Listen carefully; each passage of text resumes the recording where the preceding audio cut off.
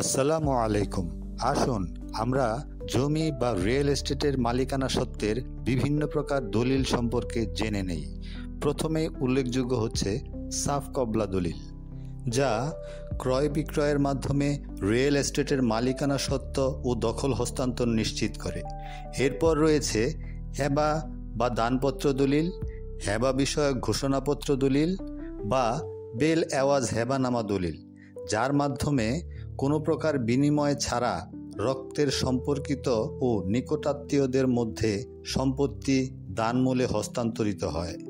ওসিয়তনামা বা উইল দলিলের মাধ্যমে কোনো ব্যক্তি তার মৃত্যুর পর সম্পত্তি কাকে প্রদান করবেন তা নির্ধারণ করে যান।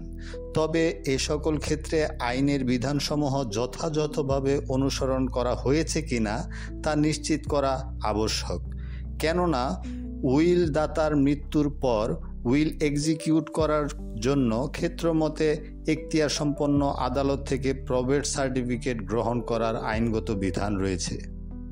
এছাড়া মুসলিম আইনের বিধান মতে ওয়াকফ দলিল সম্পাদন ও রেজিস্ট্রির মাধ্যমে সম্পত্তি ওয়াকফ করার বিধান রয়েছে।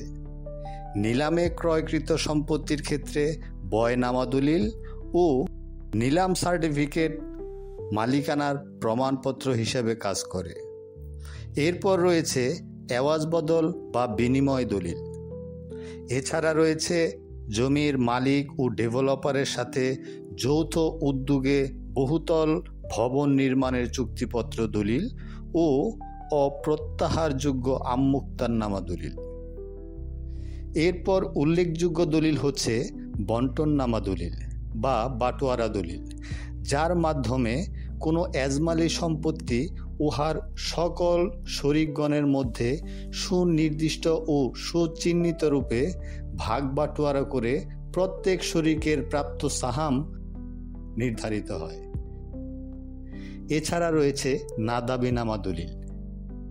রাজুক, জাতীয় গৃহায়ন কর্তৃপক্ষ, গৃহায়ন ও গণপূর্ত মন্ত্রণালয় কিংবা জেলা প্রশাসক থেকে লিজ মূলে প্রাপ্ত সম্পত্তির ক্ষেত্রে লিজ দলিল মালিকানার প্রমাণ হিসাবে গণ্য করা হয়।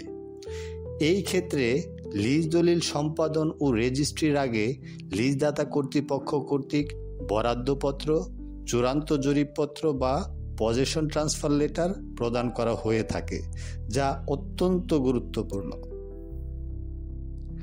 এই সকল লিজকৃত জমি বা রিয়েল এস্টেট হস্তান্তরের প্রতিটি ক্ষেত্রে হস্তান্তর দলিল সম্পাদন ও রেজিস্ট্রির পূর্বে লিজদাতা কর্তৃপক্ষ কর্তৃক ইস্যুকৃত হস্তান্তর অনুমতিপত্র মালিকানা সত্ত্বের দালিলিক পরিচয় বহন করে, যা সংগ্রহে রাখা আবশ্যক।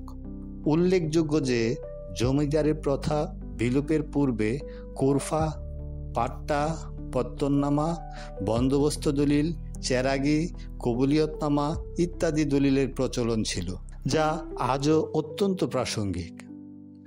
এছাড়া রয়েছে বায়না বা বিক্রয় চুক্তিপত্র দলিল, মর্টগেজ দলিল, রিডেমশন অফ মর্টগেজ দলিল ও বিভিন্ন প্রকার চুক্তি, যা অত্যন্ত প্রাসঙ্গিক।